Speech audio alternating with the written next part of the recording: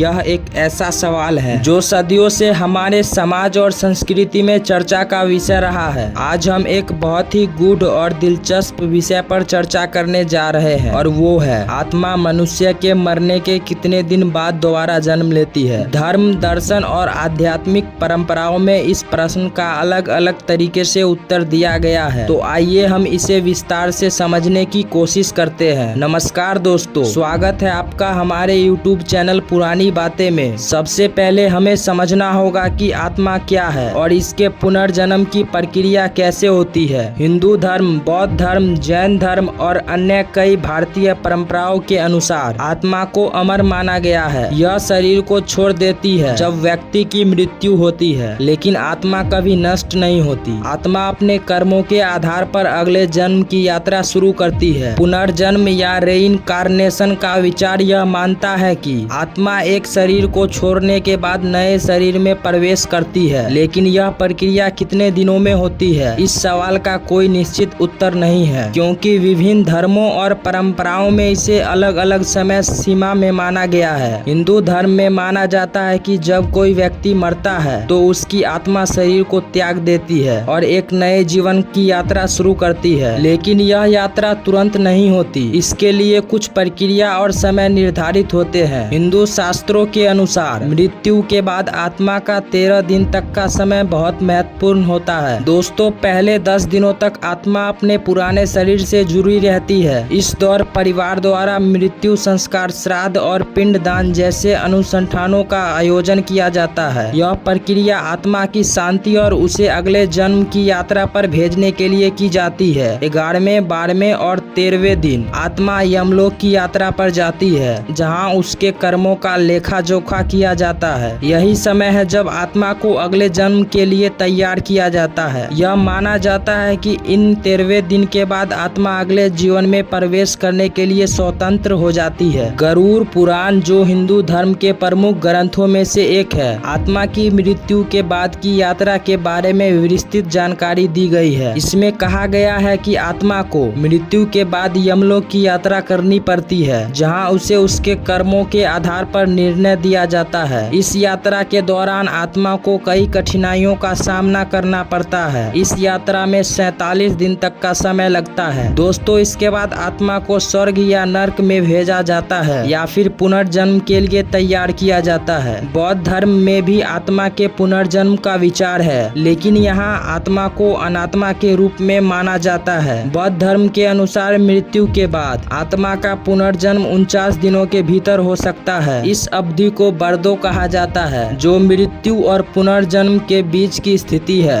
इन 49 दिनों में आत्मा को उसके कर्मों के आधार पर नया शरीर मिलता है। जैन धर्म के अनुसार आत्मा अनंत काल तक जीवित रहती है और यह अपने कर्मों के आधार पर नए शरीर में जन्म लेती है। जैन धर्म में भी यह माना जाता है कि मृत्यु के बाद आत्मा तुरंत ही अगले जन्म में प्रवेश नहीं करती, बल्कि इसके लिए एक विशिष्ट प्रक्रिया होती है। हालांकि जैन धर्म में भी पुनर्जन्म की अवधि का स्पष्ट उल्लेख नहीं है, लेकिन यह कर्म और आत्मा की शुद्धता पर निर्भर करता है। आधुनिक विज्ञान आत्मा और पुनर्जन्म के विचार को प्रमाणित नहीं कर सका है। हालांकि कई शोधकर्ताओं और मनोवैज्ञानिक ने कुछ मामले में पुनर्जन्म के संकेत पाए हैं, जिनमें बच्चों ने अपने पिछले जन्मों की यादें साझा की है। ऐसे मामले की जांच करते समय कुछ वैज्ञानिक पुनर्जन्म को संभावित मानते हैं, लेकिन इसे अभी तक वैज्ञानिक रूप से सिद्ध नहीं किया जा सका है। धार्मिक और आध्यात्मिक ज्ञान और आत्मा की शुद्धता पर निर्भर करती है। दोस्तों, यह स्पष्ट है कि आत्मा के पुनर्जन्म की प्रक्रिया को लेकर अलग अलग मान्यताएं हैं। हिंदू धर्म, बौद्ध धर्म और जैन धर्म के अनुसार आत्मा मरने के तुरंत बाद पुनर्जन्म नहीं लेती, बल्कि इसके लिए कुछ समय और कर्मों का हिसाब किताब होता है। गरुड़ पुराण के अनुसार यह प्रक्रिया 13 से 47 दिनों तक चल सकती है, जबकि बौद्ध धर्म में इसे 49 दिनों का समय माना गया है। दोस्तों, यह कहना मुश्किल है कि आत्मा कितने दिन बाद पुनर्जन्म लेती है, क्योंकि यह विषय आध्यात्मिक और धार्मिक धारणाओं पर आधारित है, जो व्यक्ति पर निर्भर करती है। अगर आपको यह वीडियो जानकारी पूर्ण लगा हो तो इस वीडियो को लाइक और अपने दोस्तों में शेयर जरूर करें और चैनल पर नए हो तो सब्सक्राइब करना ना भूलें। मिलते हैं किसी और नए वीडियो के साथ।